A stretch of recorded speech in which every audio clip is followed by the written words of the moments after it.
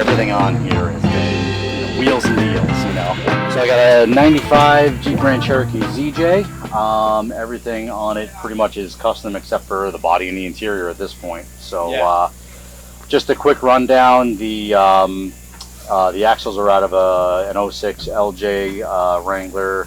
Drivetrain is out of 2000 XJ. I've swapped over a bunch of the innards on the suspension. Rooftop 10 I got secondhand. Most of the stuff I got secondhand because I got this, actually it's a great story how I got this Jeep and acquired it. So it was my buddy's Jeep who, it was his son's Jeep, he was getting rid of it, needed a transmission. I offered him $500 for it and told me no, denied me, and then about 3 months later or so I asked him if he still had it. He said, yep, give me a case of beer and just come get it. So 30 bucks. That was it. It was like 20-30 bucks. Yeah. And I went, picked it up. I drove 30 miles an hour home because it would go into second gear, and that was it.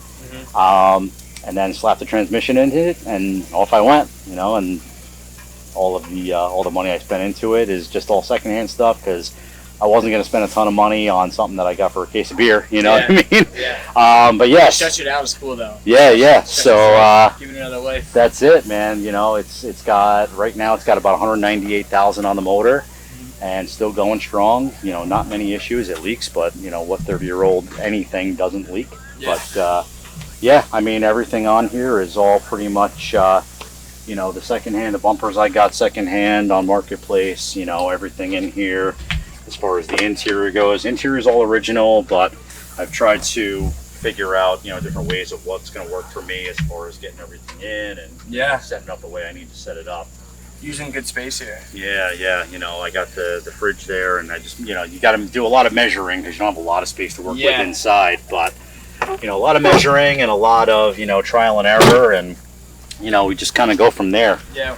But you know, I mean, a lot of it is all little custom stupid stuff. You know, I took the trailer hitch rack and I cut the actual hitch part off and I made a little shelf for it. So I've got a bin that goes under it with all of the stuff I put in here. I put that on there and I just kind of stack stuff up, and you know, I run different wiring and stuff so that I can run fridge when the Jeep's running.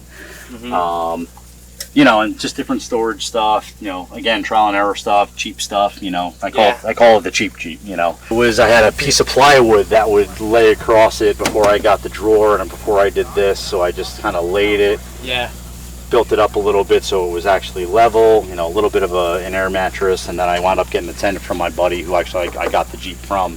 He was getting out of the game, and it's a first-gen James Baroud, and I acquired it for like $500, you know. So everything on here has been, you know, wheels and deals, you know. My favorite mod is probably, I'd have to say, honestly, I'm a big magnetic guy. So honestly, not even a mod, but like just getting the magnetic stuff and just slapping it on here. It's 30-year-old paint, so if I just throw this on there and it scratches it, I don't really care.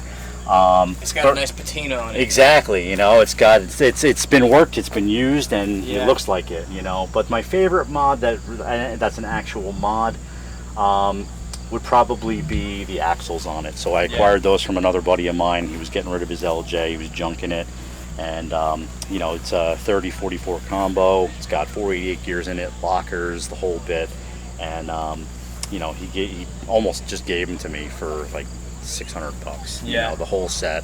Helped me slap them in, you know. And once I went to the different gear set, a whole slew of other options opened up because I could do a lot better wheeling with it and got better mileage to it.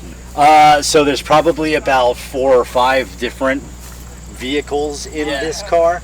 So the axles are out of an LJ, the drivetrain was out of an XJ, so that's 2.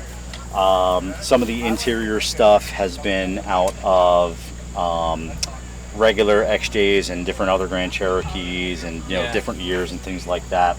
And then just a lot of weird custom stuff. You know, the drive shafts they were custom made by Adams Off-Road, and or Adams Drive Shaft, I should say. And he says, you know, we don't make drive shafts for this. I said, but you make drive shafts.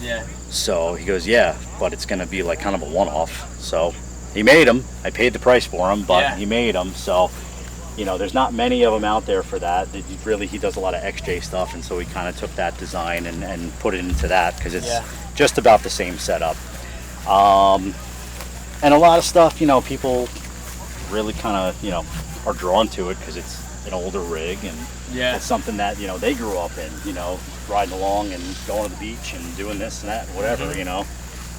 No, but yeah, it's scraped up, it's scratched, it's been beaten and dented, and, you know, I camp on the beach a lot with it on the island. That's and, what it's for, man. You know, and then the little natural patina, you know, it gives a little bit of a character to it. What's your favorite place you've taken it?